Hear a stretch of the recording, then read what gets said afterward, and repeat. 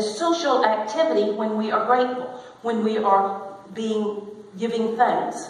It's a relation-strengthening emotion because it requires us to see how we're being supported and affirmed by other people. Indeed, this is at the very heart of Dr. Eamon's definition of gratitude, which has two components. Gratitude has two components. First, he says it's an affirmation of goodness. We affirm that there's something good in the world, that there's gifts that we're receiving, there are benefits, and that we are the recipient. We are affirming that there's goodness there, in spite of what's going in the world, in spite of what might be happening to us physically, emotionally, in our private and personal lives. We affirm every time we are grateful that there is something good and magnificent happening in the universe. We affirm to the universe that we are open and receptive. We, as religious science, teach that our cosmology is that the universe is for us and not against us. And every single time we practice gratitude, we affirm that belief in the universe. That the universe is abundant, that is ever giving. This does not mean that life is perfect. Doesn't mean that we ignore complaints and burdens and hassles, but it means that the person who consciously practices gratitude, looks at life in a more encouraging way, is more receptive, and that we're able to identify goodness even in the midst of the darkness. And one of the series that we're going to do this month is about how can you be grateful? How can we be grateful in the midst of a disaster or in the midst of a tragedy?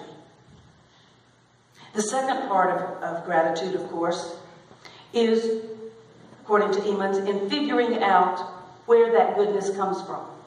You know, we recognize the sources of goodness as being outside of ourselves. Generally, we do. We recognize that it doesn't stem necessarily from something that we did ourselves or that we have to take pride in. We can appreciate positive traits in ourselves, but Eamon thinks that true gratitude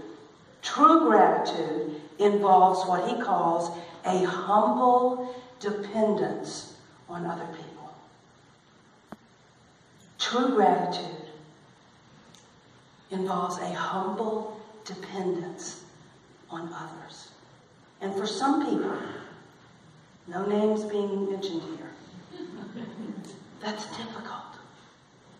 We acknowledge that other people or a higher power that we call God, the great creator spirit, gave us many gifts, big and small. But not everyone in the world practices that spiritual aspect of gratitude. So, what's really behind the research results? Why does gratitude have such a transformational impact on people's lives? Well, he believes that there are 4 important reasons. There are many reasons, but today we're going to talk about 4. He says, first of all, gratitude allows us to celebrate the present. It allows us to be in the present moment. It magnifies positive emotions. That even in the midst of the negative, we can be in the present moment. Research shows, and this is very interesting to me from his book, research on emotion shows that positive emotions wear off quickly. Anybody recognize that in themselves?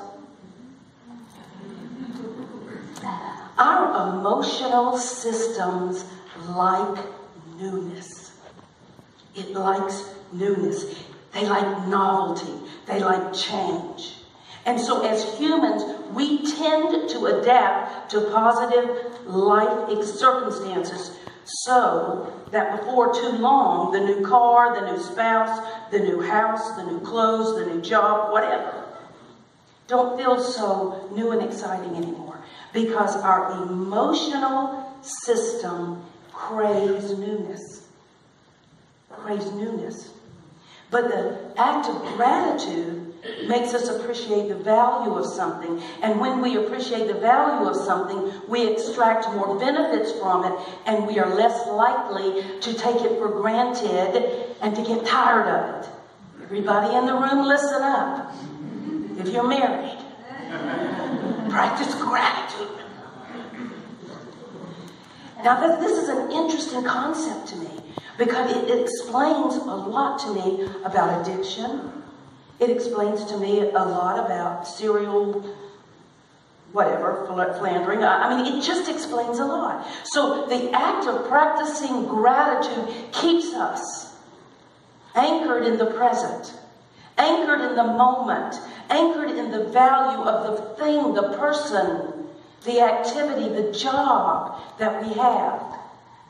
In effect, gratitude allows us to participate more in life.